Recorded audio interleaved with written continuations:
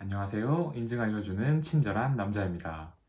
오늘은 인증 어린이, 즉 인증을 처음 접하시는 분들을 위한 강의를 준비해 봤는데요. 컨설팅 문의를 주시는 분들이 이제 인증 업무를 진행하신 경우도 있지만 진행을 해보시지 않은 이제 ISO 인증에 대해 친숙하지 않은 분들도 계시더라고요. 그래서 이런 인린이 분들을 위해서 쉽게 이해하실 수 있도록 인증서 발행 과정까지 한번 세세하게 짚어보도록 하겠습니다. 우선 따라오기 쉽도록 이제 큰 타이틀부터 쭉 말씀드리고 하나씩 세세하게 짚어볼게요. 우선 최초 심사의 경우 기업 담당자의 입장에서 먼저 설명드리겠습니다. 인증 신청서를 작성을 하셔서 인증기관에 제출을 하셔야 되고요. 그러면 이제 인증기관으로부터 심사 견적서를 확보하게 됩니다. 그러면 이제 심사 비용을 납부하시면 되고요. 그 다음 심사원과 연락을 통해 심사 일정을 협의하시면 되고, 이제 그 다음에 심사 계획서를 확보하시게 되고, 그 다음 인증 심사를 받으시게 됩니다. 그 다음 마지막으로 이제 인증서를 발급받으시게 됩니다. 간단하죠? 예. 그러면 이제 이 인증 신청 절차, 동일한 절차에 대해서 인증기관 관점에서 한번 말씀을 드려볼게요.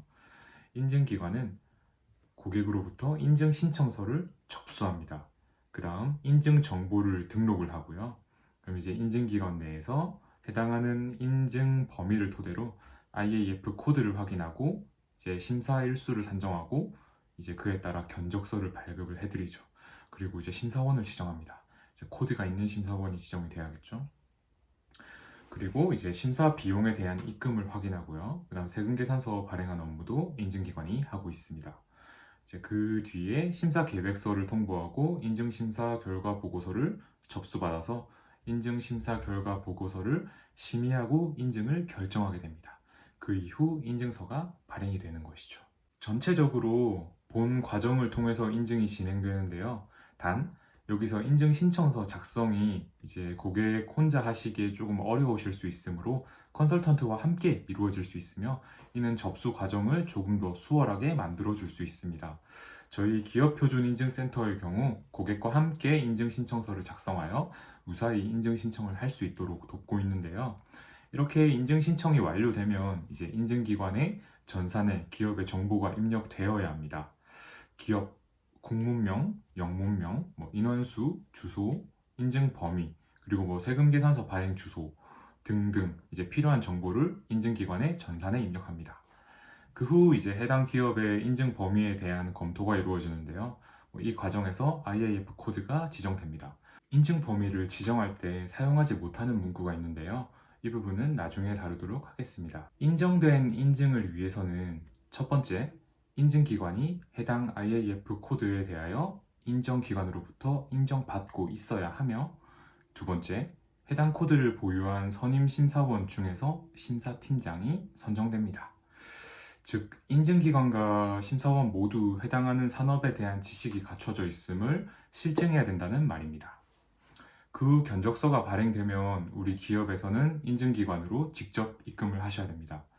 컨설팅을 받으신 고객분들께서는 컨설팅 기관으로 한 번에 납부하면 컨설팅 업체에서 심사 비용을 인증기관으로 대신 납부해 주면 되는 거 아니냐, 그게 좀 더 편하지 않냐 이제 라고 의문을 품으실 수 있을 텐데요. 절대 안 됩니다. 인증 비용은 고객께서 직접 납부하셔야 됩니다. 그리고 인증 심사원은 고객에게 인증 심사 계획을 통보하며 인증에 대한 준비를 할 수 있도록 고객과 연락을 해야 됩니다. 정해진 심사 일정만큼 심사를 진행한 후 심사원은 심사 시 발견한 객관적인 증거를 근거로 하여 심사 보고서를 작성을 해야 되고요. 인증기관에서는 본 심사 보고서를 확인해서 해당 기업이 ISO 규격을 준수하고 있는지 인증심의위원회에서 심의하는 과정을 거치게 됩니다.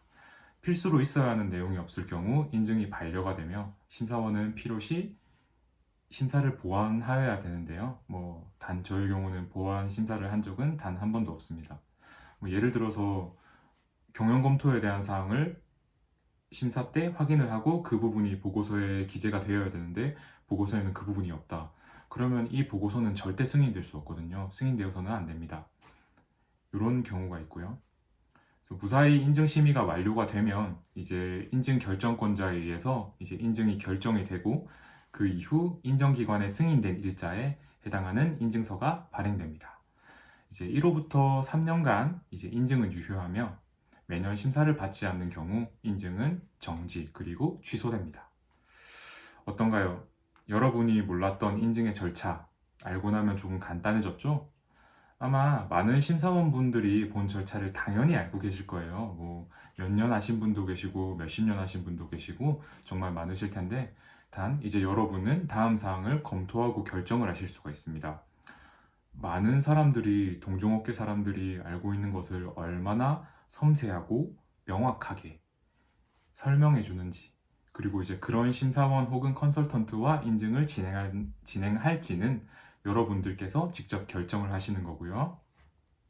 이제 아마 본 유튜브 영상보다 인증 절차에 대해 설명이 잘 된 영상은 장담하건대 단 한 건도 없다고 자부합니다. 아마 뭐 오늘 날짜 이전으로요. 이후는 뭐 제 영상을 보고 많은 분들이 따라 만드실 수 있겠는데요.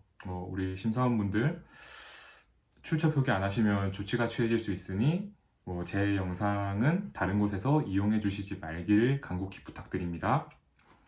핵심은 제가 가장 먼저 명확하고 깔끔하게 설명해 드렸다는 점 기억하시면 좋을 것 같습니다. 이상 기업표준인증센터 문광수 대표였습니다. 오늘 눈이 많이 왔는데 다들 안전운전하시고 오늘도 번창하세요.